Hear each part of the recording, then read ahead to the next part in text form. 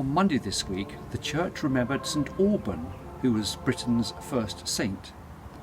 But because his day is so close to the birth of St John the Baptist, our own patron saint, and we're so busy celebrating his life, we can easily overlook St Alban. So a few words about Alban.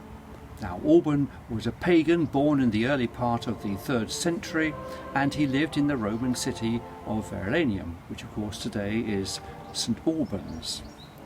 One day he gave shelter to a priest by the name of Amphibolus, who was fleeing from his persecutors. Whilst Alban hid the priest, he learnt a great deal about the Christian faith, and subsequently he was converted. Indeed, such was his faith that when Roman soldiers came to the house searching for Amphibolus, Alban dressed up in the priest's clothes, allowing him to escape.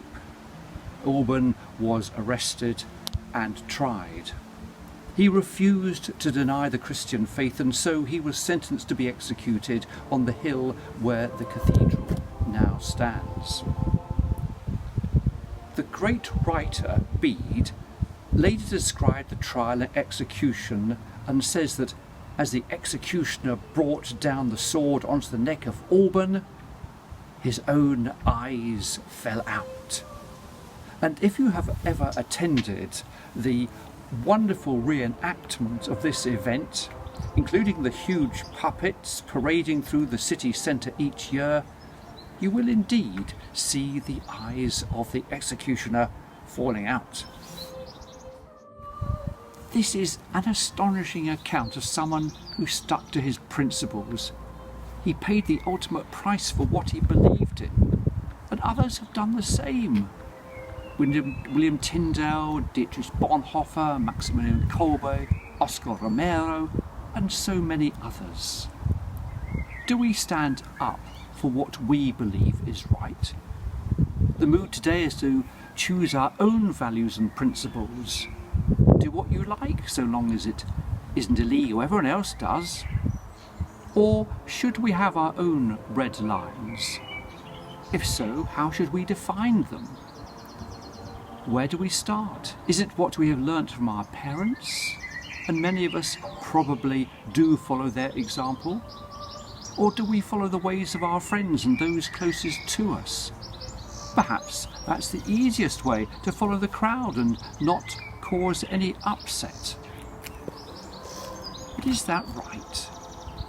Of course, as Christians, we have Christ as our supreme example, God's own Son who lived on earth as one of us.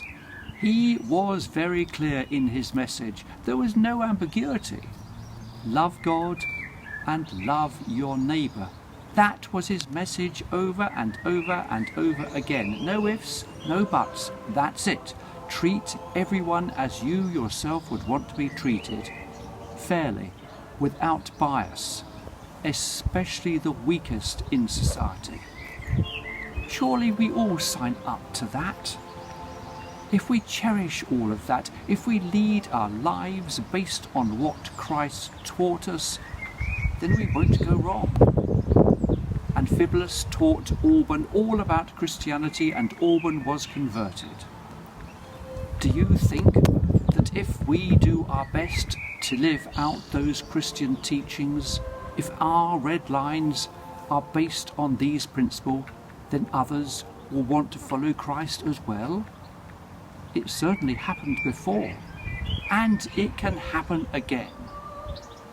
It's up to us to follow the example of Alban.